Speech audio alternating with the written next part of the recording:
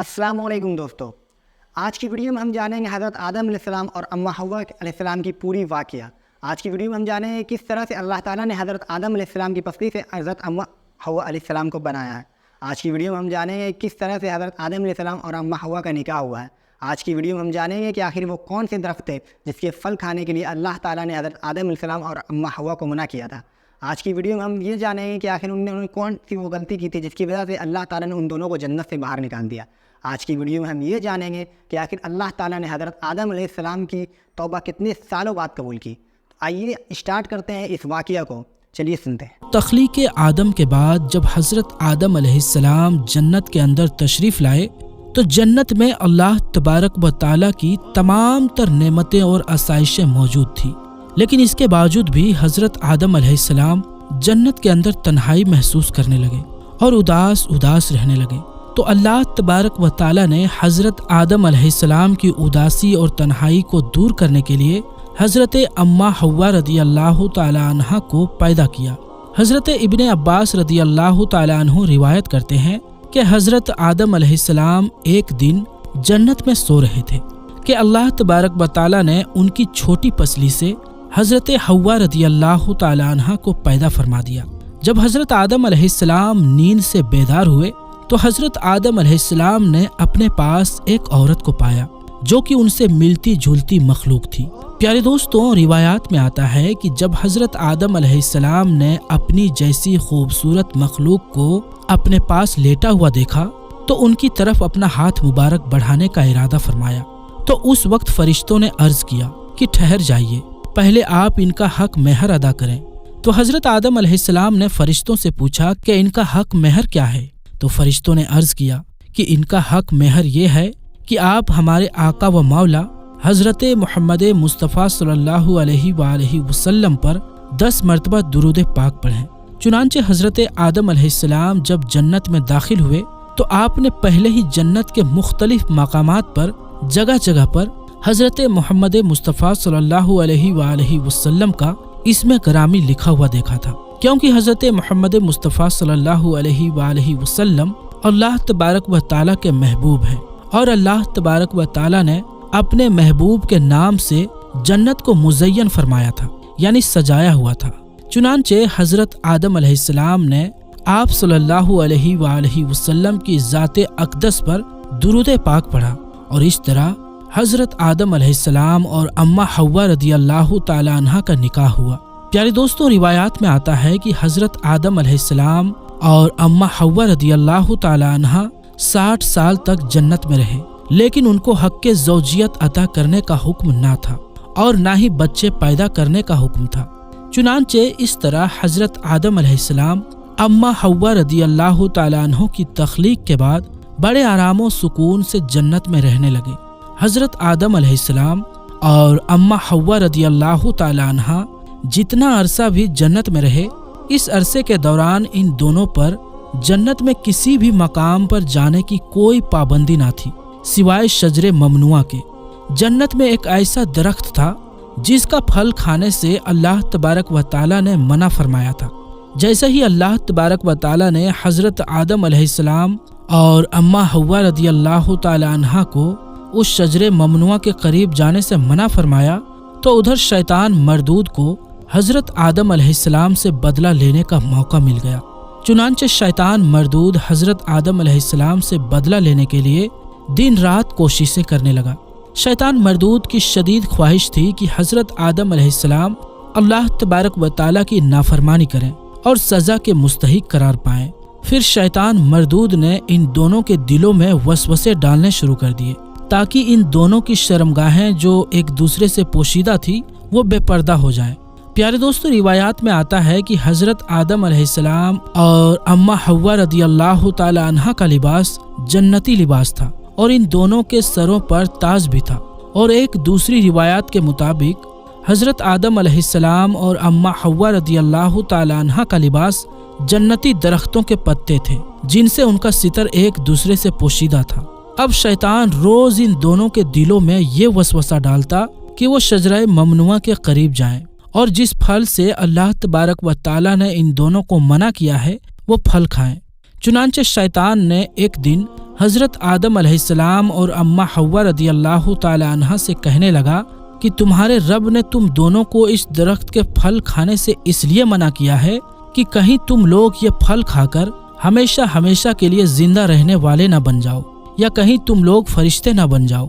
چنانچہ شیطان کی یہ شیطانی باتیں سن کر حضرت حوا رضی اللہ تعالی عنہا سوچنے پر مجبور ہو گئی کہ آخرکار اللہ تبارک و تعالی نے ہمیں اس پھل کھانے سے منع کیوں فرمایا، جبکہ جنت میں اور کسی بھی مقام پر جانے سے اور کوئی بھی چیز کھانے سے منع نہیں کیا گیا۔ شیطان مسلسل حضرت اماں حوا رضی اللہ تعالی عنہا پر وار کرتا رہا، اور پھر آخرکار شیطان مردود کی کوششیں رنگ لے آئی۔ شیطان مردود نے حضرت حوا رضی اللہ تعالی عنہا کو پھل کھانے پر راضی کر لیا۔ ایک دن حضرت حوا رضی اللہ تعالی عنہا نے حضرت آدم علیہ السلام سے کہا کہ ہم شجرہ ممنوعہ کا ذرا سا حصہ کھا کر تو دیکھیں کہ آخرکار اس میں کون سا راز چھپا ہوا ہے جس کی وجہ سے اللہ تبارک و تعالی نے اس درخت کے پھل کھانے سے منع فرمایا ہے۔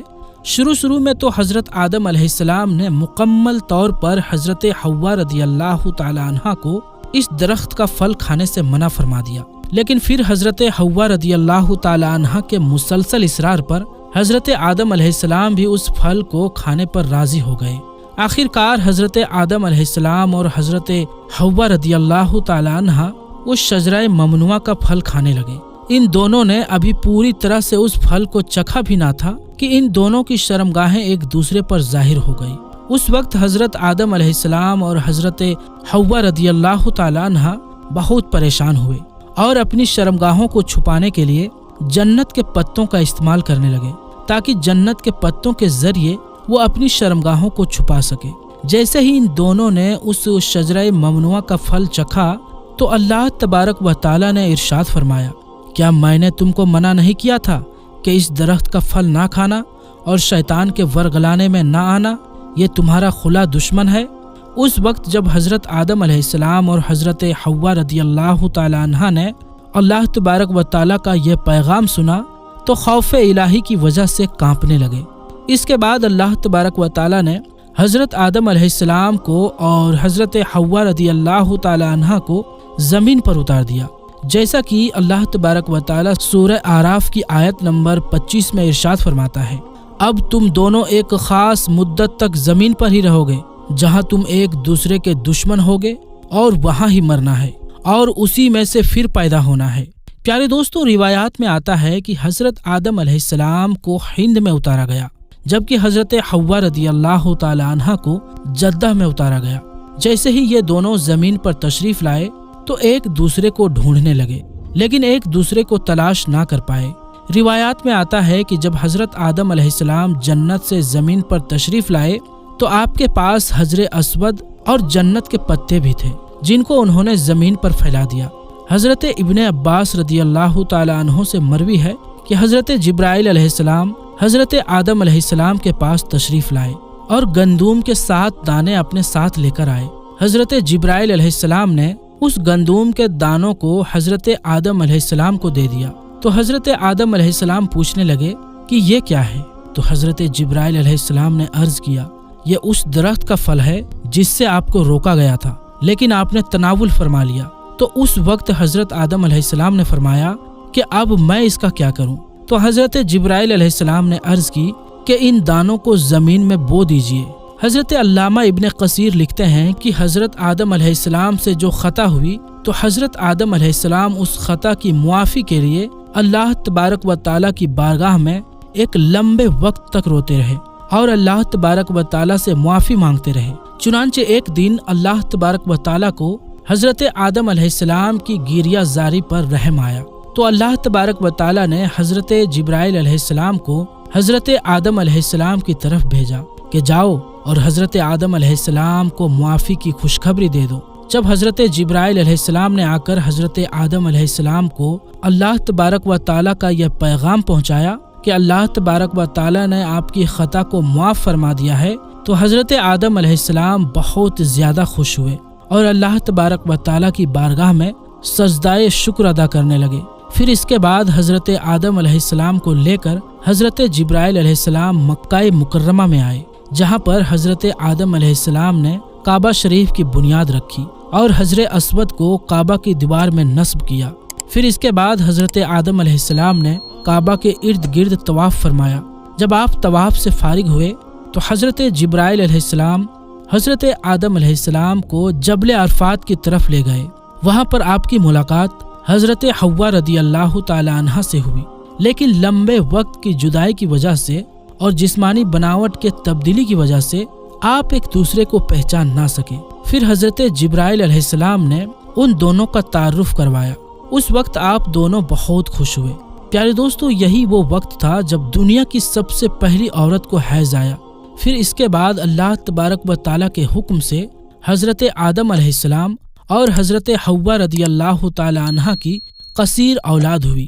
پیارے دوستو، اس طرح شیطان مردود نے جنت کے اندر حضرت آدم علیہ السلام سے بدلہ لینے کے لیے عورت کو ورگلایا، اور شیطان مردود ہمیشہ سے انسان کو بہکانے کے لیے عورتوں کا استعمال کرتا ہے، جیسا کہ اللہ تبارک و تعالیٰ قرآن پاک میں ارشاد فرماتا ہے کہ بے شک عورتیں شیطان کی رسیاں ہیں۔